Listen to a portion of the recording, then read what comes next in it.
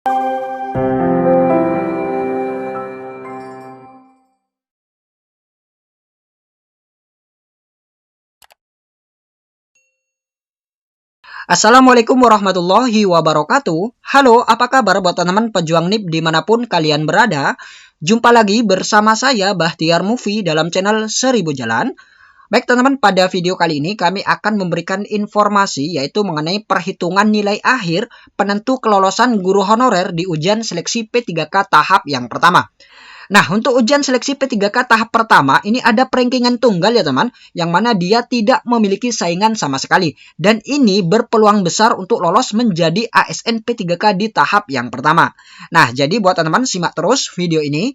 Dan sebelum lanjut, seperti biasa, kami ingatkan kembali buat teman-teman yang masih belum subscribe ke channel ini, teman-teman subscribe terlebih dahulu dan tekan tombol loncengnya agar nantinya teman-teman selalu mendapat informasi-informasi terupdate terkait pelaksanaan ujian seleksi P3K ini. Baik teman-teman, kita langsung saja. Nah, ini dia teman-teman, yang mana di sini ada salah satu sekolah, kita anggaplah sekolah ini adalah SD Mawar ya teman. SD Mawar, yang mana di SD Mawar ini membuka 3 formasi.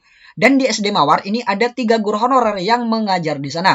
Dan ketiga guru honorer ini semuanya ini linear teman, ataupun sesuai dengan formasi yang dibutuhkan.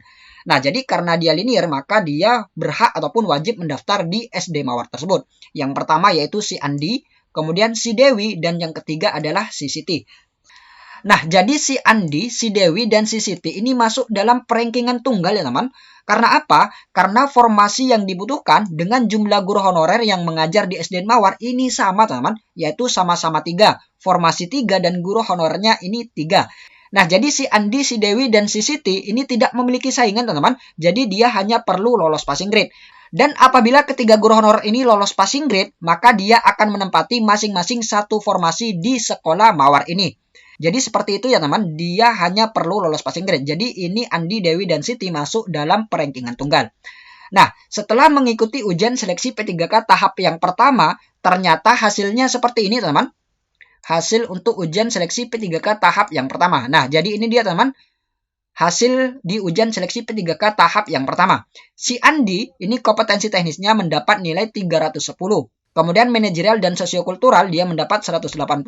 Dan wawancara dia mendapat 35. Dan jumlahnya adalah 525. Kemudian si Dewi ini mendapat kompetensi teknis 320. Dan manajerial sosiokultural ini 160.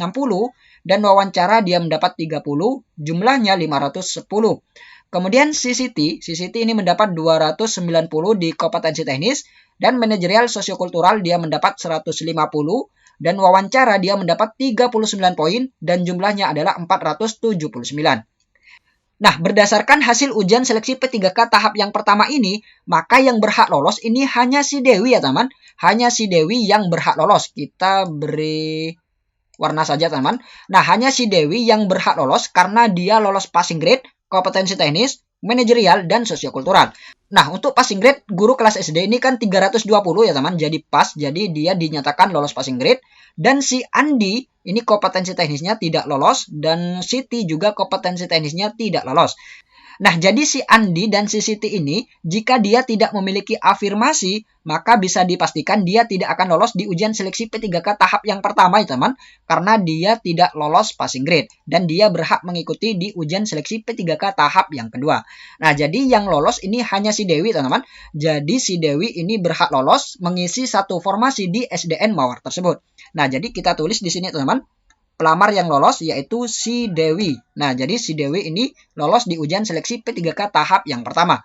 Nah, 2 formasi lagi yang masih belum terisi karena si Andi dan si Siti ini tidak lolos passing grade, maka 2 formasi ini tidak bisa diisi oleh pelamar lain, teman-teman. Jadi 2 formasi ini dibiarkan kosong untuk di ujian seleksi P3K tahap yang pertama.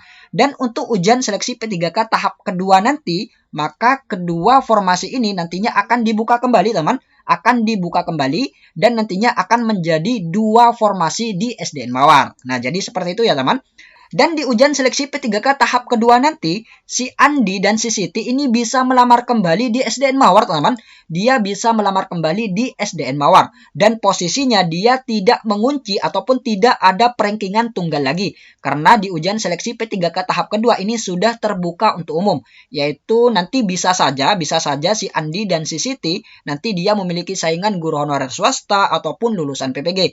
Jadi seperti itu, teman-teman. Jadi di ujian seleksi P3K tahap kedua ini tambah berat ataupun tambah banyak saingan. Nah, jadi ini untuk yang perankingan tunggal di ujian seleksi P3K tahap yang pertama. Kemudian selanjutnya kami akan memberikan contoh guru honorer yang melamar ke sekolah lain.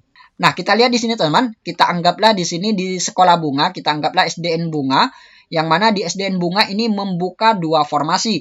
Dan ada 3 guru honorer yang melamar di SDN Bunga tersebut, yaitu si Dian, si Hikmal, dan si Hisam. Dan untuk si Dian, ini si Dian memang mengajar di SDN Bunga ya, teman. Jadi SDN Bunga ini adalah sekolah induk si Dian. Nah, jadi kita tandai saja, teman, untuk si Dian ini. Kemudian si Hikmal dan si Hisam ini adalah guru honorer dari sekolah lain, teman. Guru honorer dari sekolah lain yang melamar di sekolah Bunga ini. Karena di sekolah Bunga ini ada 2 formasi ya, teman. Kita lihat di sini, formasi 1 dan formasi 2. Nah, jadi di SDN Bunga ini ada 2 formasi ya, teman. Formasi 1 dan formasi 2. Nah, formasi 1 ini sudah dikunci oleh Dian. Formasi 1 ini sudah dikunci oleh Dian. Nah, jadi si Dian ini masuk dalam perankingan tunggal di SDN Bunga di formasi yang ke-1. Jadi formasi yang ke-1 ini sudah milik si Dian. Dan formasi yang kedua ini diperebutkan oleh Hisam dan Hikmal, teman. Nah, jadi siapa nanti yang memiliki nilai tertinggi antara Hikmal dan Hisam, maka dia akan mengisi formasi kedua di SDN Bunga ini.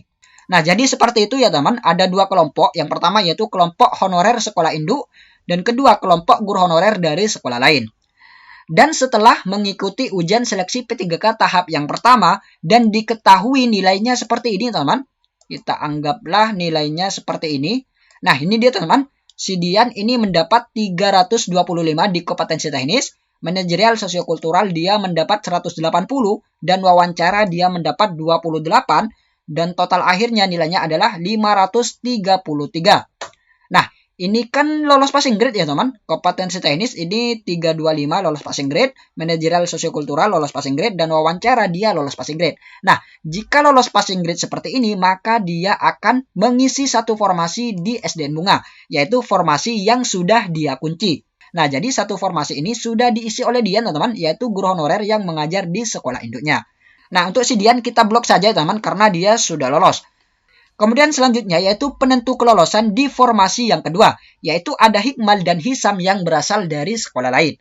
Dan di ujian seleksi P3K tahap pertama ternyata hasilnya seperti ini, teman-teman. Untuk si Hikmal dia mendapat 325 di kompetensi teknis, dan manajerial sosiokultural dia mendapat 170, dan wawancara dia mendapat 40, dan nilai akhir adalah 535.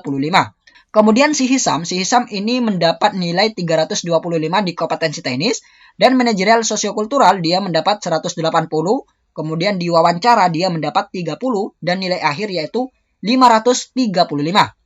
Nah, jadi nilai akhirnya ini sama, teman-teman, sama-sama 535.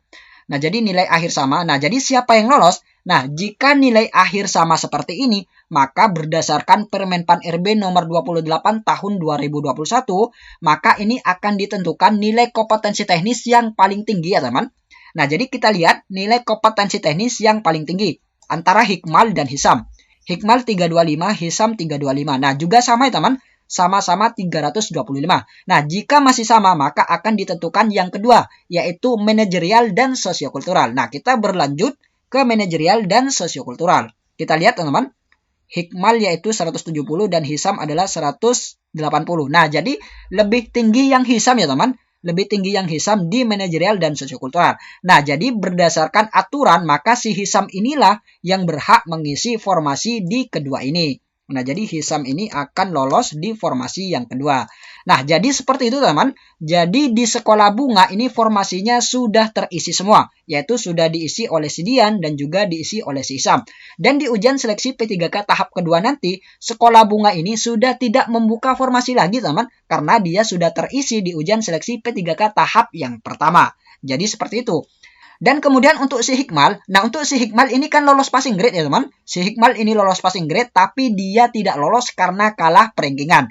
Nah jadi si Hikmal ini nanti bisa memilih kembali di ujian seleksi P3K tahap kedua di formasi yang masih belum terpenuhi. Dan nilai yang didapat yaitu 535 ini nantinya bisa digunakan di ujian seleksi P3K tahap yang kedua teman-teman. Karena dia lolos passing grade. Jadi nanti nilai ini bisa digunakan di tahap yang kedua. Jadi dia sudah memiliki modal lolos passing grade. Jadi seperti itu ya teman. Jadi ini sedikit mudah nantinya untuk si Hikmal karena dia sudah memiliki modal lolos passing grade. Jadi nanti apabila di tahap kedua dia tidak lolos passing grade, maka dia bisa menggunakan nilai passing grade di ujian seleksi P3K tahap yang pertama. Jadi seperti itu ya teman untuk perhitungan penentu kelolosan di ujian seleksi P3K tahap yang pertama. Baik teman-teman, itulah sedikit info dari kami. Semoga video ini bermanfaat. Wassalamualaikum warahmatullahi wabarakatuh.